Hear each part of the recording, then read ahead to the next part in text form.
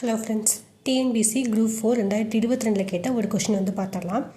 பின்வரும் சட்டப்பிரிவுகளில் எந்த சட்டப்பிரிவு உயர்நீதிமன்றத்திற்கு பேராணைகளை பிறப்பிக்க அதிகாரம் அளிக்கிறது? ஓகேங்களா, இந்த கொஷின் வந்து தமிழில் ராங்காக கொடுத்துருக்காங்க, இங்கிலீஷில் ரீட் பண்ணுங்கள்.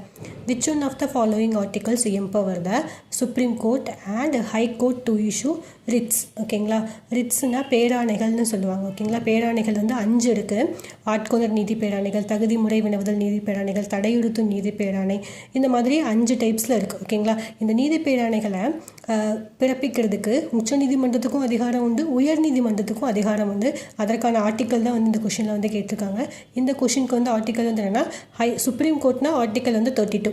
ஓகேங்களா, ஹை கோர்ட்னா ஆர்டிக்கல் வந்துட்டு 226. ஓகேங்களா, இப்போ ரிமைனிங் ஆப்ஷனில் இருக்கிறதெல்லாம் பார்த்தலாம். ஓகேங்களா, ஃபர்ஸ்ட் ஆப்ஷன் வந்து 23 இருக்குது, 226 இருக்குது. 226 ஆல்ரெடி பார்த்தாச்சு. 23 வந்து என்னென்னா கொத்தடிமை முறை ஒழிப்பு அப்படின்னு வரும். ஓகேங்களா, அடுத்து இந்த ஆப்ஷனில் வந்து 32, 228ன்னு இருக்குது. ஓகேங்களா, 228 வந்து என்னென்னா துணை நீதிமன்றத்தில் இருந்து ஒரு வழக்கை உயர் நீதிமன்றத்திற்கு மாற்ற அனுமதிக்கிற பிரிவு தான் 228. ஓகேங்களா, அடுத்து இதில் வந்து 226, 36 இருக்குது. ஓகேங்களா, 36 வந்துட்டு அரசுக்கு வழிகாட்டு நெறிமுறைகளில் வரும், டிபிஎஸ்பியில் வரும். அது வந்து என்னென்னா அரசு அப்படிங்கிறத வரையறை செய்கிறது தான் ஆர்டிக்கல் 36. ஓகேங்களா, இந்த ஆப்ஷன் பார்த்தாச்சு. 32, 226 பார்த்தாச்சு.